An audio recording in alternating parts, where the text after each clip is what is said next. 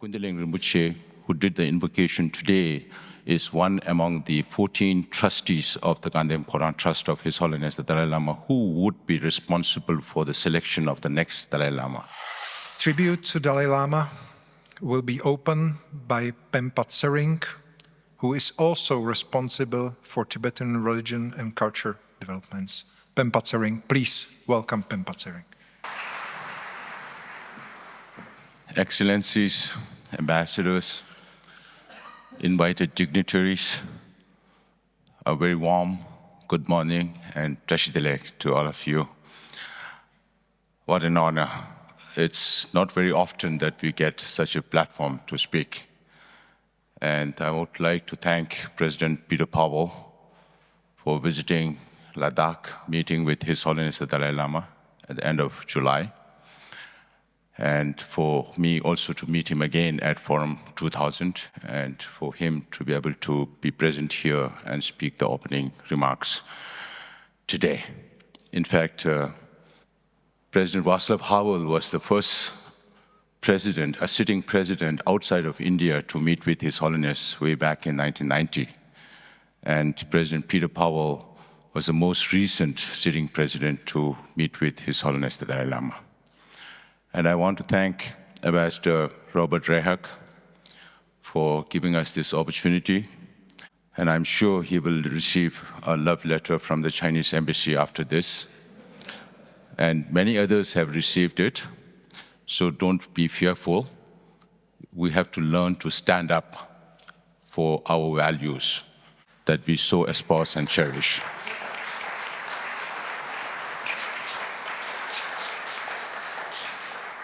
And I would say you should wear this as a badge of honor. As we gather here for many decades, and even now within China, as it's happening in many other parts of the world, more so in China as a communist country, incarceration of Christian church leaders, Falun Gong followers, Uyghur Muslims, and Tibetan Buddhists are suffering tremendously under China's repressive and suppressive policies.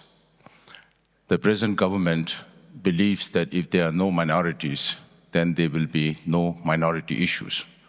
So they are striking at the identity of every minority, including the Tibetans, starting with language. That is why, as President Peter Powell mentioned, about 1 million Tibetan children are in colonial-style boarding schools, away from their family, away from their language, away from their culture, and just being taught in Mandarin language and loyalty to the Communist Party. Religious freedom, as is taken for granted in the free world, does not exist in China. About 6,000 Tibetan monasteries have been destroyed. 1.2 million Tibetans died as a direct or indirect result of Communist China's occupation of Tibet. Today, the number of monks and nuns in Tibetan monasteries have been reduced to a few hundreds. It has been in several thousands in the bigger monasteries. But fortunately for us, we have leadership like His Holiness Dalai Lama, and we have been able to re-establish some of these monasteries in exile. The Tibetan monks and nuns in independent Tibet could move from one place to another to preach and learn. But today, they have to seek at least 4 or 5 different permits to move from one place to another. Forget about preaching and learning from other masters. The Chinese Communist government that does not believe in any religion is responsible for setting curriculum for Tibetan Buddhist studies in the monasteries. The Tibetan monks and nuns are under constant surveillance by the Chinese government with numbers of CCTVs in all these monasteries. Now, the Chinese government wants to be responsible for recognition of reincarnated lamas, as Kundalini Rinpoche here or Telo Rinpoche here. They are reincarnated lamas and what Chinese call as living Buddhas. As far back as 2007, they issued an order called Order Number 5 that says that the Chinese Communist government will be responsible for recognition of reincarnated lamas. And that is aimed at the 15th Dalai Lama, the yet-to-come Dalai Lama. They are not concerned about the living 14th, but they are more concerned about the 15th, because they know that if they can control the 15th Dalai Lama, they can control Tibet and Tibetan people. 157 Tibetans have self-immolated from 2009 to 2022. And most of them are between the age of 17 to 35. They have never witnessed independent Tibet. They have never witnessed the 10 long years of cultural revolution that wreaked havoc on Tibetan people. As we celebrate His Holiness' 90th birthday and the whole year as Year of Compassion, His Holiness has been asked a number of questions about his reincarnation. When he is asked whether the next Dalai Lama could be a woman, His Holiness says, yes, why not? Women have a natural compassionate tendency. And then when His Holiness is asked whether it could be an emanation, which means appointing someone as your successor before your death, he says that is also possible because it had happened in Tibet. And sometimes His Holiness also says that I could be the last Dalai Lama, because His Holiness always says, this 14th Dalai Lama did quite well, and it's good to end on a high note. But this July, of course, one thing that has been very consistent is since 1968, His Holiness had said that whether there should be a next Dalai Lama or not will be decided by the Tibetan people. So this 2nd of July this year, His Holiness made this proclamation that the institution of the Gandhem Khodang Trust of His Holiness the Dalai Lama will continue. And Kundaleng Rinpoche, who did the invocation today, is one among the 14 trustees of the Gandhem Khodang Trust of His Holiness the Dalai Lama, who would be responsible for the selection of the next Dalai Lama. And His Holiness also confirmed that the lineage of the Dalai Lama will continue. So these are two confirmations that are very important.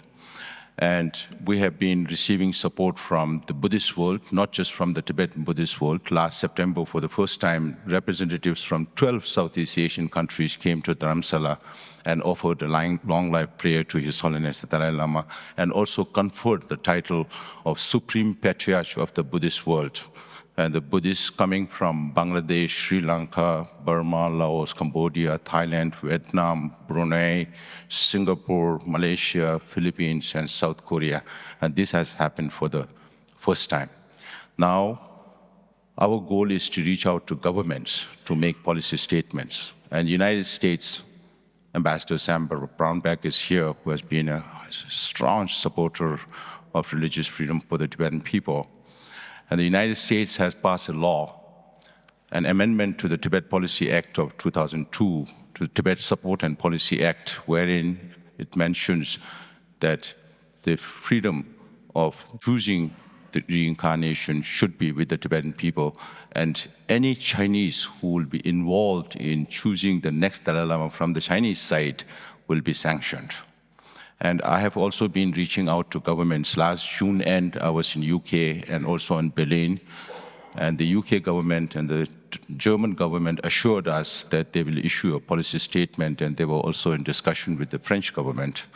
On July 6th of this year, as we celebrated His Holiness' 90th birthday, the UK, German, French, Holland, Iceland, Estonia, and Lithuania, 7 countries issued a joint policy statement on the freedom of religious belief for the Tibetan people, and for the Tibetan people to choose the right to choose the next Dalai Lama. And I think it's befitting at this congregation, because this is a congregation of the ambassadors of religious belief, if possible, to issue a communique or a declaration or a resolution regarding this matter tomorrow or at the end of your congregation conference. And that is all I expect. And we have to, as I mentioned, stand up for the values. Otherwise, China will keep trampling all of us. And today, you are free. Tomorrow, you may not have the same freedom if we keep following the Chinese government on other authoritarian regimes. we Tibetans will never give up. As His Holiness says, never give up. We will never give up. We will keep fighting, but we will need your continued support. Thank you so much.